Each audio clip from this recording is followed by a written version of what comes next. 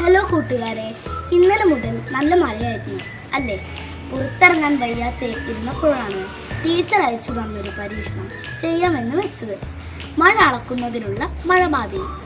ഇന്നലെ രാത്രി 10:30 ഇത് ഞാൻ തുറസ്സായൊരു സ്ഥലത്ത് വെച്ച് മഴ അളക്കാൻ തീരുമാനിച്ചത്. ഇവിടെ കാണുന്നത് പോലെ അടിവശവും മുകൾ വശവും ഒരുപോലെയുള്ള പാത്രമായിരിക്കണം.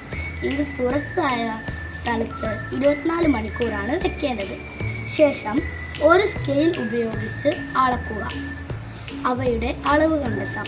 6 മുതൽ 11 വരെയാണെങ്കിൽ യെല്ലോ അലേർട്ടും 11 മുതൽ 20 വരെയാണെങ്കിലും ഓറഞ്ച് അലേർട്ടും 20 മുതൽ ആണെങ്കിൽ റെഡ് അലേർട്ടുമാണ് പ്രഖ്യാപിക്കുന്നത്. 20 സെൻറ്റിമീറ്ററിന് മുകളിൽ മഴയുണ്ടെങ്കിൽ റെഡ് അലേർട്ടാണല്ലോ.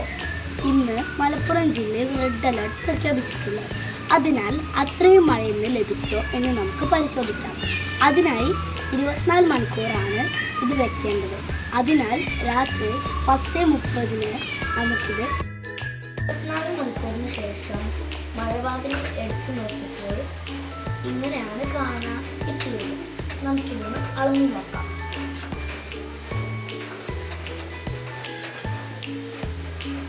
9 സെൻറ്റിമീറ്ററാണ് കിട്ടിയിരിക്കുന്നത്.